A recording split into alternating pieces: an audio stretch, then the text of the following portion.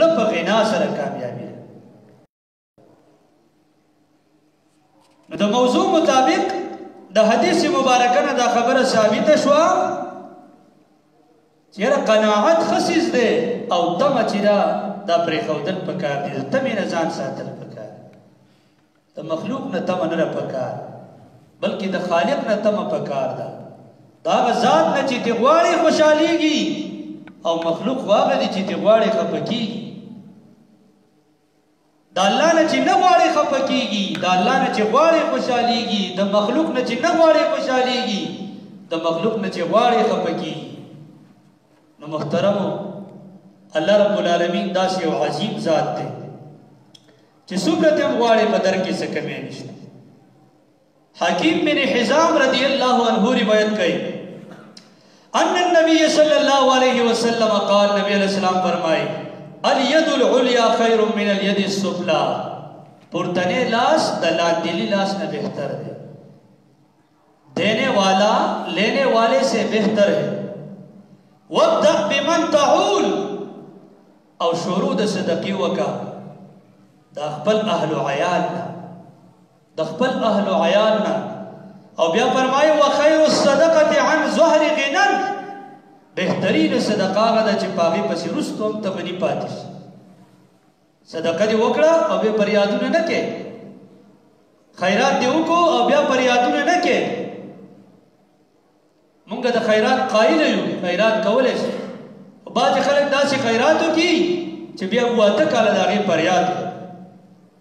دونه وریجې مې پخ کړې وې او میخه مې حلاله کړې وه، نو هغه د ده برداشت نه کنټرول نه بهري.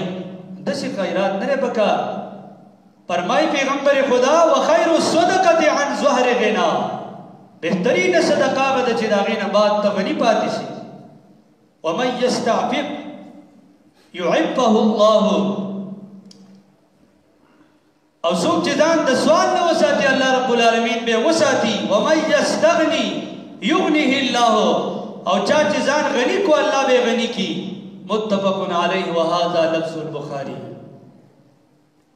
محترم دې حدیث کې هم د قناعت فضیلت ذکر شوی دی چې څه الله درکړي په هغې باندې صبر کوئ او ترک تمه وکئ، تمه پرېږدئ. زما محترم بل حدیث د رسول الله مبارک عبداللہ بن عمر رضی اللہ تعالی عنہما روایت کئی، مسلم ترمیزی را حدیث را نستے رہے او امام ترمیزی وی هذا حدیث حسن صحیح، حسن دے و صحیح.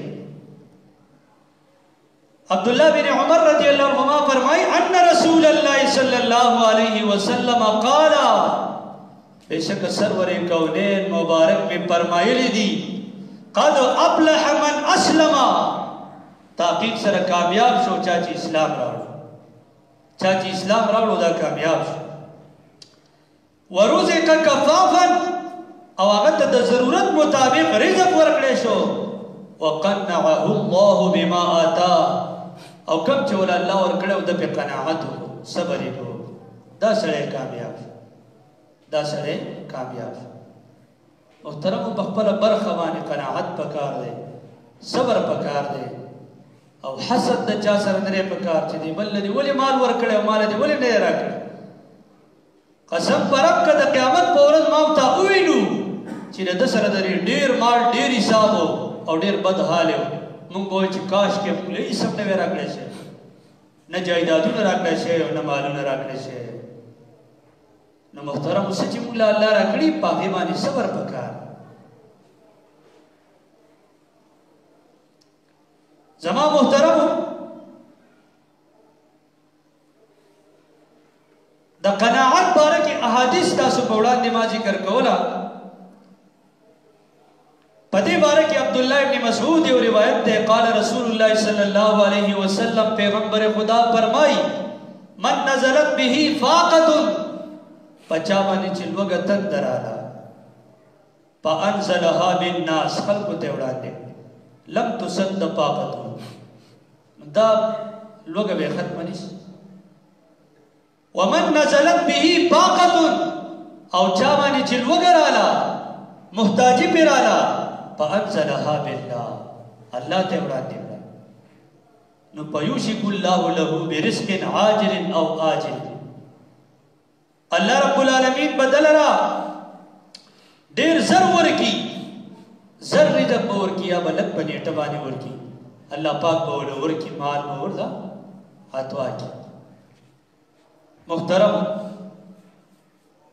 مقصد د خبرې دا دی قناعت اختیارول پکار دي، تمه پرېښودل پکار دي. الله رب العالمین چې غني ذات دی هغه ته خپل ضرورتونه خپلې محتاجۍ وړاندې کول پکار دي او یقین په الله وکړه.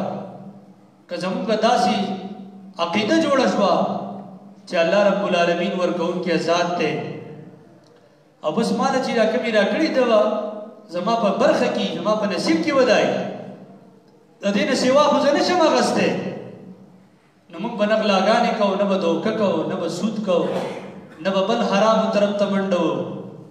او دا عقیده مضبوطه لرل پکار دي چې کوم رزق موږ له الله مقرر کړی دی نو په هغې نه څوک دانه زیاتولی شي او نه دې څوک دانه کمولی شي.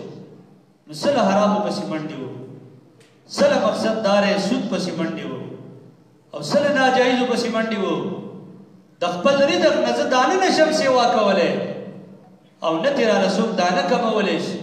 نو قناعت په دې ټیم کې اختیارول پکار دي او ترک تمه پکار ده، تمه قطعي کول پکار دي.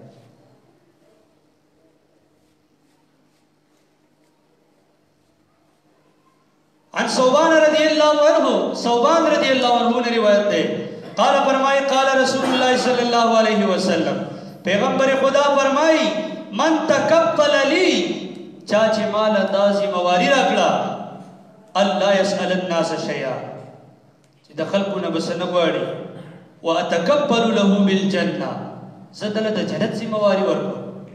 فقال صوبانو انا دا اللہ نبی زی مواری در کو نو پکانا لا يسألو احدا شیئا دو بیا دا چانه سنه گفتا. گوری دا دنیا یو دا سی سیز دے دیتا چی سمر شاکڑا دا پتا پسی را منڈی ہوئی او چی بدی پسی تا منڈی ہوئی دا بستانا مخی منڈی ہوئی دا لاندی کول اینس کتاور پسیش بھی نو دا بلاندی نکی مرک بدل راشی خدا بلاندی نکی کتاور دا شاکڑا دا پتا پسی را منڈی ہوئی در پسی ہوئی. محترم ضروری نہیں رہا زما استاد سره د ډیر مالی نه، ضرورت د دې خبرې دی چې ما او تا کې د قناعتي او ترک د تمې دي، یعنې د بل نه تمه قطعي کول، تمه پرېښودل. نور مقصد دا نه دی چې یاره د غریب سړي سره به مدد نه کې، نه د غریب سړي سره به تعاون کې، د هغه مدد به کې. یو سړی د هغه محتاج دی، دا خو د الله امتحان دی، بیا ګوري چې یاره دله ما دا مال ورکړی او دی بل له مې نه دی ورکړی، دا مالدار در غریب سره څنګه سلوک کوي. دا د الله رب العالمین امتحان دی. زما محترمو ابو هريره رضی اللہ عنہ روایت کوي قال رسول اللہ صلی اللہ علیہ وسلم سرور کونین مبارک میں فرمائے یا ابا هريره اے ابو هريره کن ورعا تکن اعبد الناس، اے ابو هريره تقوی اختیار کا تب په خلکو کې د ټولو نه زیات عبادت گزار شي. تقوا اختیار، تقوا نن سبا مونږ کې ډېره کمه ده. تقوا چې ده دا پرهیزګارۍ ته وایي، د کمې چې الله او د الله نبي حکم کړی چې کوئ هغه کول او د کمې نه چې منع کړي د هغې نه ځان ساتل، دا تقوا ده او دا به مونږ کې ډېر کمی دی. ځکه الله وایي غیبت مه کوئ مونږ کوو، الله وایي چغلي مه کوئ مونږ کوو، الله وایي غلا مه کوئ مونږ کې دا صفت شته. اللہ رب العالمین وی منزونه کوي مونږ نه کوو، اللہ رب العالمین وی رښتیا وایي مونږ نه وایو، اللہ رب العالمین وی حق خبره کوي مونږ نه کوو. کمی مونږ کې ډېر دی محترم، تقوا کمی به مونږ کې زیات دی. او که تقوا چېرته مونږ کې راله مونږ به اعبد الناس شو، د ټولو خلکو نه زیات عبادت گزار. اللہ رب العالمین دې دا صفت زموږ ستاسو نصیب. او بیا ورته فرمایي وکن قناعا، ته قناعت اختیار کا، په خپله برخه باندې صبر اختیار کا، نو تکون اشکر الناس، تب د خلکو نو ډیر شکر گزار شي. او بیا ورته وایي واحب للناس ما تحب لنفسك تکون مؤمنا، څه چې ځان له خوښې هغه نورو خلکو له خوښ کا، ته به مؤمن شي، ته به مؤمن شي. دا کمی مونږ کې ډېر دی. ګورئ نن سبا سړی و چې زما سره چا دوکه ونه کړې خو ده دا سوچ ونه کړو چې ما له چا سره وکړه که نه. نن سبا هر سړی وایي چې ما له دې مزدور په اخلاص کار وکړي، خو ده دا سوچ ونه کړو چې ما د چا کار په اخلاص وکړو که نه. نن سبا دا هر سړی دا وایي چې زما زنانه ته څوک بره ونه ګوري، خو ده دا سوچ ونه کړو چې ما د چا زنانه ته بره وکته که نه. نن سبا هر سړی وایي چې زما په کور کې د پردی سړی نظر وانه چي، خو ده دا سوچ ونه کړو چې ما د چا کور ته نظر واچو که نه. نن سبا هر سړی وایي چې زما د مشر د بل قدر وکړي، خو ده دا سوچ ونه کړو چې ما د مشر قدر وکړو که نه، ما د بل د مشر څخه قدر احترام وکړو که نه. نن سبا هر سړی وایي چې زما بچي ته دې ښه سبق وویلی شي، خو ده دا سوچ ونه کړو چې ما د چا د بل بچي ته ښه سبق ووي. نو محترمو ځکه فرمایي چې څه ځان له خوښې هغه مسلمان رور له خوښ کا، نو ته به مؤمن شي، ته به مؤمن شي. الله رب العالمین دې موږ تاسو مؤمنان کی. او فرمایي واحسن جوار من جاورک، د ګاونډي سره ښه سلوک کوه، تکون مسلمه، ته به مسلمان شي، ته به مسلمان شي، د ګاونډي سره ښه سلوک کوه. او محترم ګاونډ کې موږ سبا زموږ ډېر کمی دی. رسول الله مبارک خو فرمایي چې د ګاونډي سره هر قسم تعاون کوه. دې پورې فرمایي که هغه ته د بش ضرورت راغی په خپل دیوال ولا بش له ځای ورکه. او سرور کونین مبارک پې فرمایي شوروا دې ډېره که ګاونډي له دې ولېږه، که ګاونډي له نشي لېږلی نو په پټ ځای کې پخه که چې ګاونډي ته بوی هم لاړ نشي. فرمایي که کور ته څه راوړي د ګاونډي څه پکې وکړه، او که د ګاونډي څه نشي کولی نو په پردې والا ګوتۍ کې راوړه چې د ګاونډي بچیان یې ونیني. او فرمایي که خپل بچو له ورکې او ګاونډي بچو له نشي ورکولی نو په پټ ځای کې پې وخوره چې د ګاونډي بچي ته خبر نشي. او زموږ حالاتو ته وګوره، موږ خو بیا هغوی پسخه و چې ووایي چې د پلار چې کوم دی داسې داسې څه راوړه. محترمو کمی ډېر دی. او فرمایي واقل الضحکه، خندا دې کمه که، خندا دې کمه که. ولې؟ د زیاتې خندا نقصان سره. فإن کثرة الضحک تمیت القلب، ډېره خندا چې ده دا زړه مړ کوي، زړه مړ کوي. څوک چې هم ډېر خاندي نو تاسو یاد لرئ چې د هغه زړه کې بیا مطلب دا دی تقوا ډېره کمه وي. او د هغه زړه چې دی هغه د الله د یاد نه په غفلت کې. او څوک چې لږ خاندي، ګوره پیغمبر علیه السلام به صرف مسکی کېدو، دا شاته اورېدل او دا خندېدل دا نبي علیه السلام چېرته نه دي کړي. د دې نه پیغمبر علیه السلام منع کړې ده. نو داسې خنداونو نه ځان ساتل پکار دي. مسکی کېدل دا د نبي علیه السلام سنت دی. تبسم دغه خندا پکار ده. محترم دا څو پیدې دي حدیث مبارک کې ذکر شوي، او مطلب یې دا دی چې قناعت اختیار کړئ، الله رب العالمین به درله درکړي. او ته مه پرېږدئ، الله رب العالمین به درله درکړي، الله به در باندې خپل احسان وکړي. زما محترمو بل حدیث دی ابن حبان او حاکم راغستی. د حدیث راوی ابو ذر رضی اللہ عنہ دی. هغه فرمایي ما ته نبی علیہ السلام وفرمایل یا ابا ذر، اے ابو ذر. څه ښکلی خلک و، پیغمبر علیہ السلام به ورته ډایرکټ خطاب کو، اے پلان کیا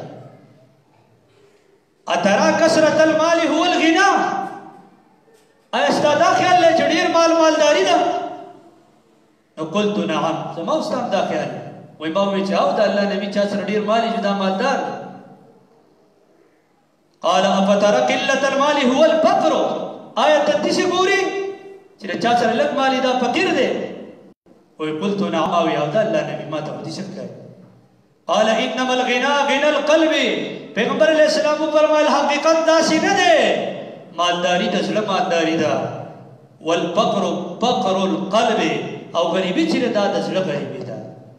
تاسو ته مخکې وي ډېر به غریبي، مقصد دا دی چې رزق به خپله پراخه خوري، په میلمه به پراخه خوري، د ګاونډي خیال به ساتي، ډېر به مالداري، په ځان به هم صحیح نه خوري، د میلمه به هم خیال نه ساتي، د ګاونډي به هم خیال نه ساتي.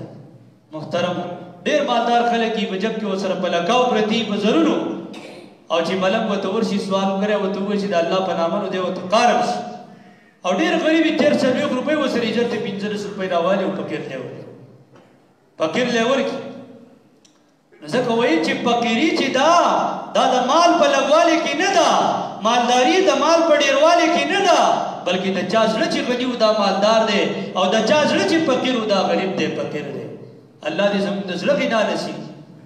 ما مخکې وي تاسو د خواوشا اولیاو ته وګورئ، هغوی په دربارونو کې لنګر سټارټ کړي، خلک ورځي او د لنګرو نه خوري، غریب خلک راځي او ټیم په ټیم ته خوري. حیران بشي چې یاره دا د کوم طرفه ملاوي. الله رب العالمین روزي رسان سات.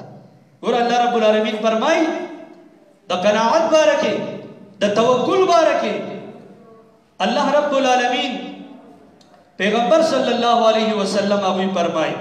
عمر بن خطاب روایت کوي، ترمذی شریف حدیث تے صحیح حدیث تے، قال رسول اللہ صلی اللہ علیہ وسلم، پیغمبر خدا فرمائی لو انکم کنتم توکلون علی اللہ حق توکلہ، کتاسو پا اللہ وانی صحیح توکلو کو لرزقتم کما ترزق الطیر، دس رزق برد تمیلاوی کی سنچی مرغو تمیلاوی. تاسو سار اکثر دیسین گاڑی دوزئی اگو رئی پلکاو کاروان روائی دوی له دا رزق څوک ورکوي؟ مازدیګر بیا واپس راځي. تبدو خماسا وتروح بطانا، په نهره خېټه پاسي او په مړه خېټه باندې بیرته ماښام کی، سبا په نهره خېټه کی او ماښام په مړه خېټه. الله رب العالمین دې ټول له رزق ورکوي. که چېرته موږ په رب العالمین حق توکل کولی، موږ ته به هم داسې رزق میلاوي. موږ به بیا له چا سره دوکه نه کوو، د چا سره به ملاوټ نه کوو، حرامو ته به لاس نه اچوو. دارنگی چکم دے منگ بدا کوشش نہ کو دا بل نہ دا شکی دا حسد کوشش بنا کو دا سود کوشش بنا کو، بلکہ منگ تا پتہ رہے چی بس اللہ نے جب ورکیخ پا اللہ سو پیڑا کوا پا دیکھ بدر تا اللہ برکت چے و تعالی باری سختر کئی. تمام محترمو، امام شافعی دا قناعت بارکی فرمائی القناعت تورس الراحہ، دا قناعت نراحت ملاوی. قناعت ستوئی پخپل ایسبانی صبر کو. بشری حافی رحمہ اللہ فرمائی القناعت ملک لا یسکن الا فی قلب مؤمن، قناعت چرے دا یو داسی فرشترا چی دا دا مومن دا زلن علاوہ بل زین پاتی کی، دا مومن پزل کی پاتی کی. تمام محترمو، دا سی مختلف روایت دی آخرہ کی صرف دا قناعت بارکی و دا ترک تم بارکی. دا خوشیری رحمہ اللہ یو قول تاسو توڑان دیکو، اگر فرمائی ودعا اللہ تعالی خمسة اشیاء پی خمسة، پینزہ خبری اللہ پا پینزو کی خیدی، پی خمسة موادعا پا پینزو ظاہر کی خیدی. اب پینزہ خبری سری او پینزہ ظاہر سری. فرمائی العز فی الطاعت، کہتے عزت والے نو عزت دا اللہ پا اطاعت کرے، عزت دا اللہ پا اطاعت کرے او منگے پا نور ظاہروں کی لٹو. او بیا فرمائی وَذِلُّ فِي الْمَعْصِيَّةِ، کسوک زان ذلیل لیدل غواړي نو ذلیل کېدل دا اللہ پا نافرمانے کی دی، ذلیل کېدل دا اللہ پا نافرمانے کی دی. او فرمائی وَالْحِبَتُ فِي قِيَامِ اللَّيْلِ، او حیبت چرے دا دشپی پا تاجدو کی دے. حیبت چرے غواړي کم قوم حیبت غواړي دبدبه غواړي چی زما دی پا بل قوم بانے دبدبه راشی، اگر دی قیام اللیل کئی تحجد دی کئی. والحکمت فی البطن الخالی، او پوئے چرے دا پا خالی خیٹا کرا، پا خالی خیٹا کرا. او فرمائے والغنا فی القناعت، او مالداری چرا دا پا قناعت کرا.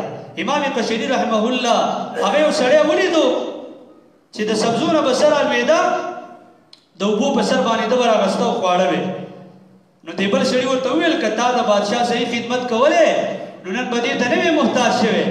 آقا و تا فرمائی حکیم و تو فرمائل وَأَنْتَ لَوْ قَنَعْتَ بِهَذَا، کتا پا دیوانی صبر کرے وے دا کب چرالوی گے و دا دے پڑے. نو فرمائی ورطا لیمت تحتج الى خدمت السلطان، تا تا با دا بادشاہ دا خدمت ضرورت نوے راگلے، خدا پر اقبال صبر نہ رکھنے زکر دا بادشاہ خدمت کی. نو محترم دا ٹول کلام کو لاسدارا چھ قناعت صبر چھ اللہ درکڑی پاگی صبر کول دا بہترین عمل لے، او تما قتی کول دا ہم بہترین عمل لے. نو سچ عمل اللہ درکڑی پاگی صبر پکار دے، او دا زیادی کوشش نرے پکار چھو سڑے دا بل نرا شکے او حسد کئی نا. کب ای سچ عمل اللہ درکڑی ننی سیکل درکڑے تو پر سیکل قابل، سبا موٹر سیکل درکی داغی و قابل، بلو بگاڑے درکی داغی و قابل، دا بدرنام والی داغی و قابل بنے. بس دا اللہ شکر بادا کے او صبر بکے. الله رب العالمین دې زموږ ستاسو له ټولو قناعت نصیب کړي او د تمې نه دې الله موږ ساتي. وصلی الله تعالی علی خیر خلقه محمد و آله و اصحابه اجمعین. چا چې سنت دی کړی